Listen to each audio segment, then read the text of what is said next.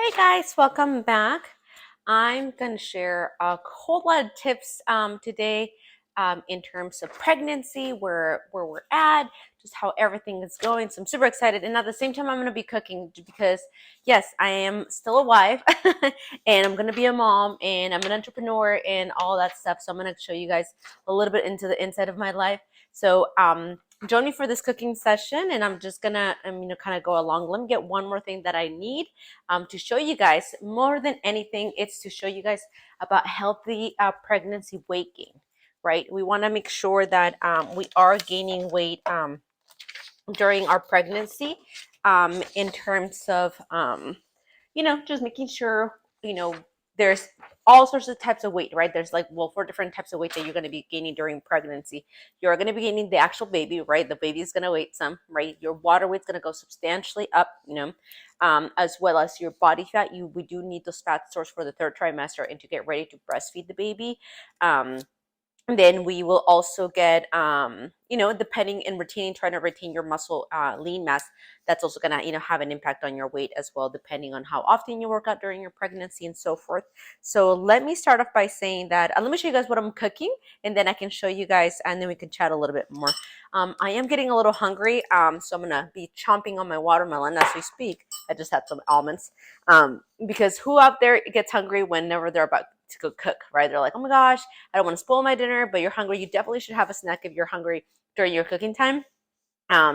Just something small, depending on what you're gonna have. If you're gonna have a more protein, heavy dinner, or maybe some fats in there, really kind of just go along with you. Like, I was craving something sweet, so I decided to go for watermelon. So I'm gonna be making a fish soup.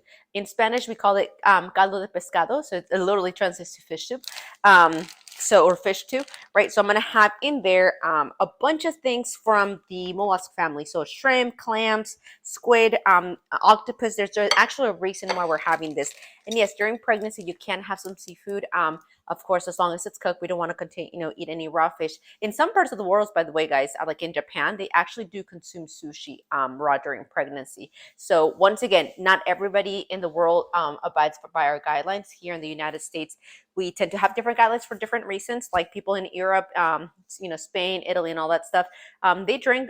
They're totally okay with drinking wine. I believe their cap is like two or three glasses per week for a pregnant woman. So the research maybe there is differently in terms of what the culture calls for, what is deemed acceptable. No judgment here. So hey, by all means, come and join a little bit of knowledge and see what I've done so far. So I'll dive into detail as to why I'm making specifically some fish soup. And actually, this became a staple food about, I want to say, about a month ago. I want to say that's when I started to deliberately kind of add it into my nutrition. So I'm gonna be adding some tomatoes in there, some carrots, some corn, and some celery for a good measure, and some fiber. I actually wanted to show you guys something a little before I actually start cooking. So I got these waffles, and let me tell you why I got the waffles in the first place. So remember, as you are going along during your pregnancy, you are supposed to be gaining weight, right? During your first trimester, you don't really gain a lot of weight because your body is making the placenta, right? It's trying to, there is some type of weight gain. The CDC has a weight chart gain for women who are pregnant. So you want to stay in this like shaded line. Up to date, I've gained about almost 10 pounds and I'm in month 5, right? So according to my chart, I'm actually staying within this gray line. That's exactly what I want to do to make sure that I prevent things for gestational diabetes. That's the diabetes during pregnancy, right? Because my baby will have a less likelihood of having diabetes later on in her life if I keep her, in a healthy weight during the call. My husband's about to walk in, so we'll welcome him into the video. So, hey, babe. He just walked in, came from work. Ta-da! So, let me show you guys, once again, going back to the weight gain and the cooking. And baby, you're totally okay with making noise to have the microphone. Just give me this look. So yes, weight gain. So my needs, my energy needs actually differ from depending on if I'm working out 4 days per week or 5 days per week. So if I'm working out 4 days per week, my current needs are about 1,800 calories. If I work out 5 days per week, I'm there my closer to 1,950. This is going to change by the end of the week because I actually calculated this for when I was 120 pounds and I'm now 122. So I'm gonna definitely make sure and recalculate my numbers as my weight gains, because the more I weight, the more energy it takes to move my body around, if that makes any sense. And I want to make sure that I'm not in a deficit so I don't jeopardize my health or the health of the baby. So let me go into the multigrains. Okay, so I teach this to a lot of my patients and clients. We teach label reading lessons to decipher which foods are good for us and which ones are not, right? So I often teach about like grams of added sugars and all that stuff. But I was craving waffles, and I don't have the time to make waffles from scratch in the morning, so I needed something that can just pop and go, right? But I'm trying to even keep my pregnancy cravings the healthier, as possible. So if I look at the label, right, I always tell people, look at the first 4 to 5 ingredients. That's what we usually want to, look out for. So in here, I'm gonna read the three main ones, and I'll tell you why. Okay, so the first one is organic wheat flour. The second ingredient is water, and the third ingredient is organic enriched wheat flour. Okay, so I'm gonna stop right there. So the first ingredient is actually really, really good. It means the majority of the product is made for organic whole wheat flour, which is great. The second ingredient is water. So I'm thinking, okay, this is not a liquid, so it's water is not going to be the majority of it. So the fact that water is the second lets me know that the first ingredient is actually pretty high up on the list. Anytime I see the word enriched with any type of flour or any type of grain, so enriched means that the nutrients have been taken out of it. So it's usually due to using things like white flours or white grains like white rice and stuff like that. And then the nutrients then have been added back in, right? Like they have enriched the product with the vitamins back in, right? So that's usually like an aha, like, okay, this is not a whole grain product, but how much of it is it, whole grain? Well, in here you can actually, calculate, or they actually tell you, which is pretty, pretty cool. This is why I kind of like this when I was searching for waffles. I haven't had a waffle in ages, but that's one of the things that caught my attention. Okay, so if you look out of the 30 grams of carbohydrates, right there, and it tells you in the front how many grams of those are whole grain. 22. Okay, so the majority, it's like what, like 3/4 of the product, 8 grams is not coming from that enriched flour. If I'm only going to have this, a few times during my pregnancy, by all means, I'm going to do this instead of. I'm not going to shout at any brands to make sure I don't get dinged for that. So, but other brands that may have, made out of, all of the refined flour. So definitely don't want to do that. So I look for these. These were great. These, I'm not really going to care if it's organic or not, right? Like, yes, it is better. Yes, there's whole ingredients, but if I'm going to choose like a partially whole grain, organic product, or a fully whole grain, non-organic, we can get into that debate. But for the sake of my baby's health and my health right now, I'm just looking for things that have the majority, 70 to 80% whole grains, and this actually falls into that category. So yay, I'm going to keep my waffles. Thank you very much.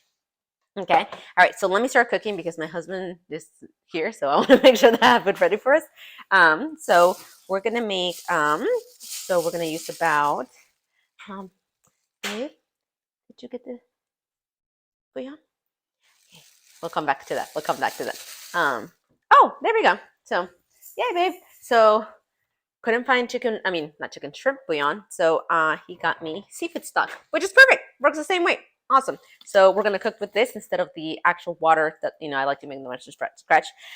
Anyways, let's go back to as to why am I cooking specifically these type of seafood. Okay, so this is in order to help the prevention of stretch marks, right? I know a lot of us are, ladies, that's one of the main concerns in terms of, oh my gosh, are we gonna gain stretch marks with the weight gain and everything? So I want to make sure that I fill you guys on what my OBGYN, Dr. Diana Tran Kim, has said in terms of that, and just my own nutritional knowledge. And we're going to give you guys, we're going to read this in terms of 1 cup has 0 calories. So just literally all stock. So I'm going to use, there's 4 cups in here. So I'm going to use everything. So let me go ahead and start my cooking process.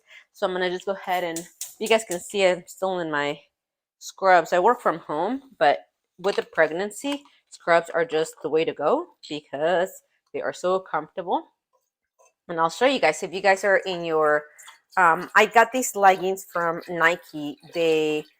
I really, really, really like them. I'll show you guys the support, and I'll get very comfortable with you guys very soon in terms of what's going on with all of this, because I want to make sure that I show you guys exactly what I go through. So, okay, scrubs, really comfortable, right? Watch off, got the logo and everything. So they're just really nice and stretchy and comfortable. Now look at this. So these are the maternity pants from Nike. I love, love, love. They have like this added support here for the baby as the baby grows. So and the sizes are made like maternity sizes. So for example, I was a small, medium, for my leggings when I, before I got pregnant. So I'm going to use that same small to medium range for my pregnancy leggings. So they go all the way up here, like all the way up almost to my bra. So this is really, really, really good. And I also bought these underwear from Amazon. I'll send you guys the link of the ones that I got. I really love these because these also have support. So between the two of them, it's almost the same if I'm wearing one of those like um little supporter things, but without actually wearing the supporter things. So there's actually a lot of support in my belly right now. My belly's starting to weigh some, so I can actually feel it, kind of curving my back. So I'm gonna, that's why I do a lot of my stretching exercises and stuff, because I want to make sure that that I have enough room for the baby to grow and for me to get comfortable. So I'm gonna use 4 tomatoes, blah blah blah. And why 4? Because my mom taught me to use 3, and I just like more flavor. That's exactly what. No, I'm not throwing shade at my mom. My mom, has taught me all sorts of wonderful tricks and nicks. But okay, so let's go back. I have some, honestly, guys, I love using like leftover veggies that I had from the last weekend. Sometimes I try to buy my produce as fresh as possible, but sometimes I don't have time, so I just try to buy things, as much as I can. So I'm going to use my carrots. I'm going to peel them a little bit, and then cut them. So remember, when you're pregnant, you definitely want to wash and, triple wash and everything that you are about to consume, because the baby does not have a lot of immunity, right? Whatever immunity is, whatever the mom protects it from. And we definitely want to make sure that whatever whatever we're cooking, doesn't have any mold or anything. Some bacteria can cross the placenta and harm the baby. So we definitely don't want to do that. So if anything has, it's been going bad or anything, I just kind of throw it away. Other times, like I really wash it. I wash and rinse all my fruits and veggies if they're not cooked, like gonna be cooked, right? Like to a boiling point with sometimes I'll use baking soda, sometimes I'll use vinegar and water. Sometimes I'll use there's actually drops you can disinfect your produce with. So sometimes I'll get some of that. I'm gonna cut this. I want to make sure I'm able to. God, it's giving me a little hard time. Well, I should probably use a super sharp knife. I'm actually scared to use super sharp knives because I've cut myself so many times in the past. I am not a chef, guys. I promise you. People look at my meals and they're like, "Oh my gosh, they're so delicious." That's because I oversalted my stuff. Like, look, my husband is so bougie, guys. Like, don't tell him I said this, but he he bought like this really fancy Japanese knife that's like, this is how we keep it, guys. This is how you know you're legit. This is how we can cut fingers in this household. Hopefully not, and hopefully the baby will never get a hold of this. This is what we'll keep it in here. But I do need to use it for this corn right here. I'm just gonna put that over there. Put that safe. So, and it's literally like, ooh, I'm so scared to use it, guys. It's literally cutting through the core. Ugh, so scary. I once literally almost like slayed my finger when I was learning how to cook, and ever since this I was like, oh no, like this is not for me. There's a reason why I'm not a chef. I would end up with no fingers. Thank you very much. I like my fingers. But I think we've made it, guys. So this is just I like to cut the ends when they're looking a little sad. And these are definitely looking a little sad. but I think we'll be okay. I think we'll definitely be okay. Okay, there we go. Yay. Okay, and then we do the yeast pour, which is just cut it in half. There you go. Voila. And voila. I'm going to get some garlic and onion. Garlic and onion, guys, if you guys don't know, have been proving to have cancer properties, right? They help protect your cells and stuff like that. That's why a lot of the cultural medicines, like Chinese medicines, they believe a lot in like ginger, right? Onion, garlic, because of its medicinal properties. I just love the taste and flavor. My husband loves garlic. I swear, I tell him that, you know, vampires are not going to come into this household just because of how much garlic we eat.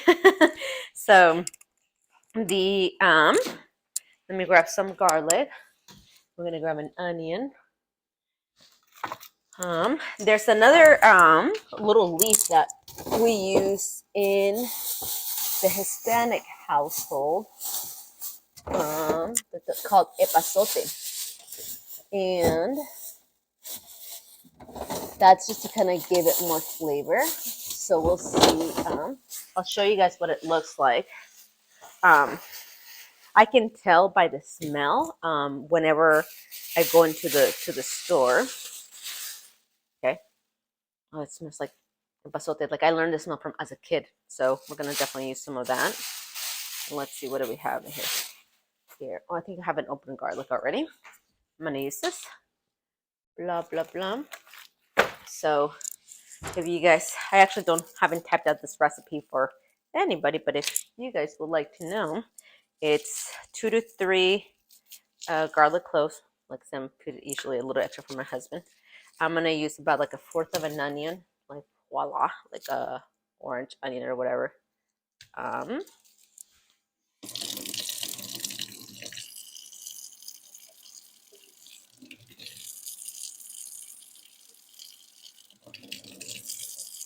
Just rinse that right away. Voila. And we're gonna wash the super sharp knife back and just put it back, just because I really am scared to have that around, guys.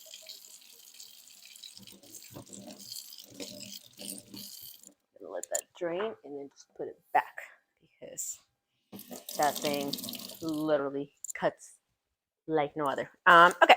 Anyways, going back to the seafood and stretch marks. So with this stretch mark, guys, okay, so Dr. Diana Tarn Kim informed me that stretch marks partly are genetic, right? So we got to be very, very careful in terms of our expectations. I actually did ask my mom if she got some stretch marks. I actually don't know. I don't remember looking at my mom and being like, "Oh, mom, do you have stretch marks?" You know, when I was younger. So she said that she didn't get a lot of them. She didn't really. She's like, I hardly got any. She's like, I think I got like 2, and they're like on my butt. And I was like, oh, okay. So like maybe the likelihood of me getting them are like slim to none, given that I, you know, kind of throw in a little bit more of my own knowledge in there. Gonna do about. I definitely have used too much onion in the past, guys. Don't recommend it. It tastes a little weird. So I'm gonna use about like a little fourth of an onion. I'm gonna use my blender. Oh, guys, watch this. Really cool. My husband loves gadgets and loves, and we actually have our blender on cue with our Alexa. So watch this. Alexa, turn on Vitamix. And my blender's on. That's pretty cool, huh? So I don't know if I can show you guys. It literally, I don't know if you guys saw it. I don't know if the video caught it, but it's now turned on. Thought it was pretty cool. Okay, let me put you guys back here. So, okay, stretch marks, right? So we want to make sure that we set the right expectations for it.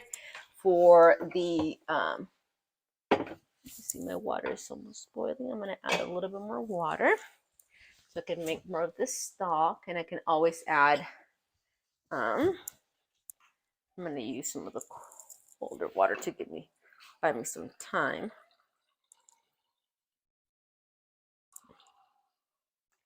Anyways, I was saying about the stretch marks. So yes, they are partly genetic, but also they are remember, so what causes the the actual stretch mark to form is that the weight of your belly is, essentially separating your skin. Your skin is being separated by, quite a few things, right? The baby, growing, the liquid that you're holding, right? So obviously, if you stretch out too fast for, you know, too fast for your skin to be able to keep up, it's going to leave that stretch marks. Dr. Diana Trankin told me that the biggest sign for stretch marks is it starts to get itchy. I haven't started to get itchy yet, but I've definitely started to moisturize and everything. And to kind of see, keep an eye out for that. She recommended that I use bio oil, so I'll show you guys that in another video, or like take a screenshot of it and show it in our Instagram channel. So yeah, we definitely want to kind of keep an eye on that, right? So now thinking, okay, so if stretch marks are caused by the stretching of the skin, right, and there is such thing as stretching too fast, I've actually known and seen that in some of my patients when I tell them like, hey, whenever people gain weight too fast, they get stretch marks from that because their skin can't keep up all the way with with the growth that is going on underneath it. In this case, the growth of the fat cell, right? So then I know that one of the main things to do, right, is to make sure that I don't gain too much weight during my pregnancy. There is a protocol depending on how much you weigh, or providers use the BMI to indicate if you're like at a healthy weight, normal weight, right? If you already are overweight, or if you already are in the obese category based on the BMI categories, right? So they recommend that if you are in the normal range, you gain anywhere between 25 to, I believe, I think it's like 20 to 35, 25 to 35. I can't remember off the top of my head, but I'm getting hungry. Um, for the duration of your whole pregnancy, right? So because I am shorter, right, I know this is where I know that I will probably fall around in that 20 to 25 range, and that's also another gauge that I want to use to make sure that I am getting enough weight for my baby, right? I definitely don't want to hinder her growth, and because I'm those, however she's formed permanently, right? I definitely have treated patients in the past, who I've known, like I deal with a lot of women like postpartum and stuff like that. So I definitely have known some patients that, out of fear of gaining weight, they didn't gain enough weight for their babies, and then their babies didn't develop fully. So we definitely want to make sure that we are doing everything that we can. Talk to your provider about, your weight gain. Reach out to us in terms of, make sure you're eating the right types of foods, the right amounts of them, right? I have to be very cognizant, especially of all my intake, like my protein intake, because I'm working out during my pregnancy. So I want to make sure that my body's not taking protein away from my baby, right? My carbohydrates, because I need to make sure that my body has enough, energy to make the baby and it has enough energy to make itself, herself, right? And then I have enough energy to work out and recover for my workout. So carbohydrates are super, super, super important, but so are fats, right? Remember, fats is where are needed for hormone production. And because of that, I want to make sure that we're producing hormones like crazy during pregnancy, right? So my fat intake did go up by quite a bit because of the pregnancy, and that's okay. I love me some fats, right? Avocado has been my best friend. I love, love, love, love it. Let me grab my garlic, and let's see. Okay, and then let's see what else. Let me see. I already rinsed these. I'm gonna put in my corn, guys. So, anyways, back to the whole, talk about the stretch mark. So, one of the things, like I said, we don't want to gain too much weight too soon, because we don't want to overstretch our bodies, right? Second is no scratching, right? Dr. Diana Trunkin was like, whatever you do not scratch once it starts to itch. Rub on it, tap it, apply more, moisturizer or some more of the bio oil, because we definitely don't want to aggravate that area anymore, right? I'm gonna do a little bit of water. I love the fact that my veggies are gonna boil, so I'm gonna add some salt. I'm gonna need some salt, and I sometimes use the kosher salt, Himalayan salt, guys, but sometimes I literally just go to the good old salt. So there's no, you know, I don't want you guys to think that, just because I'm a dietitian, I cook with all these fancy things now. Like sometimes it's just whatever's easiest. Like I said, like I'm about to learn that mommy life of like, hey, everything, runs on my watch kind of a thing, and I got to keep everybody up to date and with everything. So I'm really, really good. Hold on a second. I'm going to blend this. Make sure it's going to sound a little loud, but I want to make sure that I get everything ready. I'm going to pause that because pregnancy brain, guys, is an actual thing. Like, guys, I just forgot to add the tomatoes. Let's add them. If you guys, oh my gosh, if I would tell you stories of like what happened to me during my the beginning parts of my pregnancy, you would not believe me. I put the Greek yogurt in the oven instead of the fridge multiple times. The eggs in the pantry instead of the fridge many times. I remember getting so frustrated at all these like pregnancy brain things. And you literally, there literally is a cause for that. Like, by the way, the reason for that, a lot of the times if you're not eating enough carbohydrates, guess what gets jeopardized? Your brain, right? Remember, your brain is the only organ that absolutely needs glucose in order to function. It cannot function off of fats. It cannot function off free fatty acids. It can only function off of glucose. So if your body is giving a lot of your glucose to the placenta for it to be made right at the beginning, and then your brain has little to nothing left, that's where like the fogginess comes from. When I realized that, I literally bump up my carbohydrate intake, and then voila, it was gone. But I do get pregnancy brain if I don't eat enough carbohydrates throughout the day, and that's one of my cues of like, ooh, I need to eat something. And I usually throw in something liquid like a coconut water or something like that. So I have my garlic here that I will be adding to the onion. And I was like, wait a minute, this looks just white. Why is it looking just white? Okay, stretch marks. So not gaining over gaining weight, making sure we're sticking to the only amounts that we're supposed to be gaining, kind of keeping track of that. That's why I love this chart. You can actually add on the back, you can add like by date. I need to update my ones. But you can also add in here in the trend line to make sure you're staying in the trend line. So I'll show you guys, I'll update it and I'll show you guys that, what it looks like, so you guys can have an idea. Okay, now I'm gonna put my tomatoes and make sure that this is all cooked thoroughly, and it gives it a lot of flavor. Okay, and I need a hand to open it. I can't just open it. See guys, we're still struggling. That's okay. We are a-okay. No judgment here. People are gonna eat delicious regardless of the pregnancy brain. And I'm actually gonna add a little bit of salt to it. I just like the fact that it like mixes up for me already. Put it on. By the way, guys, I used to hate when my grandma and my mom would, any Hispanic, patients out there, watching this, or anybody, when my grandma would be like, oh, una pizquita, just this much. And I was like, what would be this much? Grandma, I said like a teaspoon, a tablespoon, don't just say this much. And she's like, oh, just put like a little bit in here. And then I'd be like, no, grandma, like your little bit in here is different than my little bit in here. I used to hate that, guys. I used to actually have her put it on her thing. And I used to grab the measuring spoons like, oh, that's like a teaspoon. Okay, why didn't you just say that? Give me teaspoon measurements. But now I know that one of these little things is about a teaspoon, so I'm just going to use this. So I know you guys are laughing at me because that's exactly what happened to me in the past. I used to be a horrible cook. I know some people are like, what? Like, but you love cooking and you love, and I do now, but didn't always.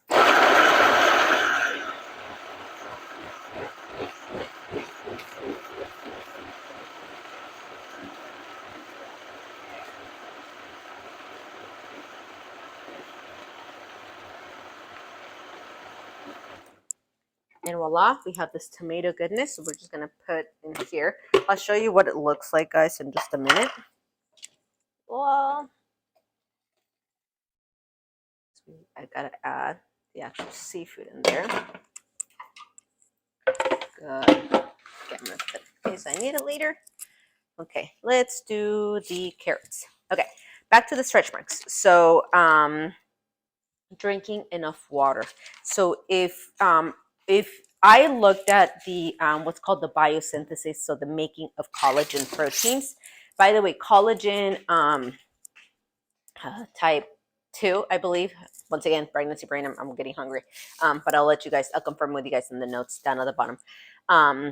Collagen is what your skin is mostly made out of. Okay, there are, by the way, 20 types of collagen. I know sometimes people only focus on 2 and like 1 and 2 because they're like the primary that are marketed, but there's actually about 20 different types of collagen. We need a little bit. Mm. Mm, mm, mm, mm, mm. Now, the type of collagen that has been proven by research to be the most what's called bioavailable, so the most absorbable to our bodies, is marine collagen, right? So coming from marine animals, sea animals, seafood, right? And specifically, and I don't know if I'm actually pronouncing this right, so we'll see. But in specifically the mollusks family, Mullosk, mollusks, right? And that's all like the spongy one. So if you look at the sponginess like of the squid, of the shrimp and stuff like that, that's actually what gives the turgor of the skin. If you look at cultures or people of ethnic backgrounds where they consume a lot of like fish, a lot of shrimp, right? A lot of the Asian populations are like this. They have really nice and soft skin. It's because fish is a really, really big part of their diet, right? That's one of the reasons why they have that. Now, in terms of the shells like the clams, the the shell of the shrimp and all that stuff, there is a lot of the collagen that gets leached out into the broth once it's cooked. So that's why choosing specifically is because as my skin opens, right, I want to make sure that I have the most amount of bioavailable collagen, right, so for that skin to build as it's kind of being stretched out, and once it comes back, right, it'll have enough turgor for it to come back. So we definitely that's one of the reasons why I stick primarily to the marine collagen or marine protein, right? I've been trying to eat it about 2 to 3 times per week. I love this fish soup. It's actually pretty chilly out there right now, but I know even if it was warm, I'm still gonna try to introduce it in maybe like a pasta or something, just because I want to make sure that I have um, a lot of protein from the marine sources to make sure my skin and is has what it needs. My body has what it needs to make more skin in case that it needs it, right? So once again, kind of preventing or thinking about like that overstretching that's going to happen, right? um so that's one of the reasons, by the way, in which I did it. One, I chose to introduce more marine proteins, and this is something, a goal of mine that I just want to have as we age, because of the whole, I'm trying to prevent wrinkles, right? um and full disclosure, guys, this is me not judging on anyone. This is just me just saying like my own point of view. I want to stay as natural as possible, meaning I don't really want to use Botox or or what are they called, fillers or stuff like that. No offense to, to anybody that does. We treat a lot of patients. We actually, I see a lot of patients who are in between treatments of cosmetic acupuncture and Botox, and actually Dr. Au informed me how the both can be kind of coupled really, really well. I personally just really want to enhance my natural beauty, and I want to personally view aging as a positive thing, right? And I know in our culture, and oh my gosh, we women get bombarded with so many things, right? Like how beautiful we look, how young we look, like that has a lot to do with our attractiveness. So I want to make sure, that I really deal with my confidence and really build it on like, yeah, like I earned my skin, right? That's just my own personal opinion. Let me grab another bite. Mm-mm-mm.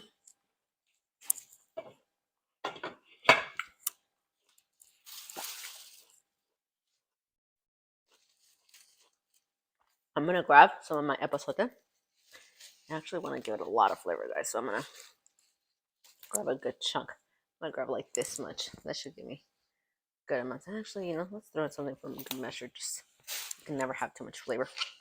And for this, guys, I literally just wash it and I throw the leaves. That's how my grandma taught me how to do it, and that's why we use it. So she said, "Mija, just throw it in there, let it give flavor." Right? Awesome. Yay. Okay. So I'm literally gonna just throw the leaves in there, guys. Like, look, I'm just gonna put it in there. Let it cook with it. Add more flavor later if it needs to. I'm about to add. So I usually add the veggies that take longest to cook, like the harder ones.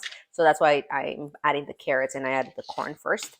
And then at the end, I'm going to add the celery because I don't really like mushy celery. I know you're like, oh my gosh, you're a dietitian. Yeah, I don't like all vegetables.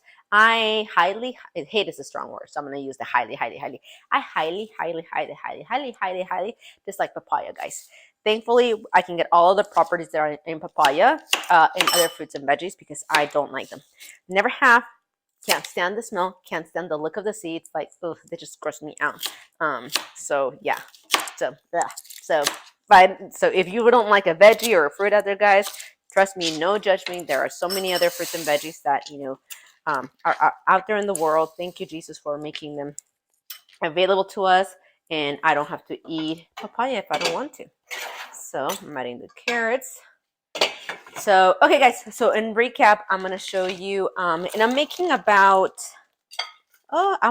good amount. I mean, this is like I don't even know. I think this is like probably like a pound or 2 pounds of seafood in there. And the reason I'm gonna add it, this is gonna cook really, really quickly. My corn was just about done cooking. By the time the carrots cook, the seafood will be cooked already. I don't want to overcook it because I don't want it to be chewy. So I want it to be like nice and soft. So to the actual dish at the end. So once I plate it, then I'm gonna put like about half an avocado in for my carb, like my main carb. I'm gonna use some sourdough toast because I love dipping bread. It's the thing that I have.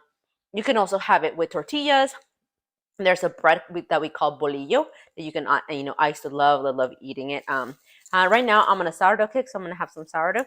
But yeah, in recap, guys, I'm gonna go ahead and finish this too. I'll show you guys what it looks like at the end. Shout out to everybody out there that's pregnant, or trying to get pregnant. We're rooting for you. Hang in there. If you're dealing with a lot of morning sickness, hang in there and reach out to your provider for anything for the nausea if you can't seem to keep anything else. We're also here to help you guys, so please don't be afraid to reach out. Let us know what your questions are. So remember, guys, hydrate a lot, to make sure that you prevent, the stretch marks that are not necessary. If they kind of fall into biological side, nothing we can do about that, right? But let's do everything that we can to prevent any unnecessary ones, right? Introduce seafoods, 2 to 3 times per week. Salmon's also, really, really good. So that's really, really good for the omegas as well.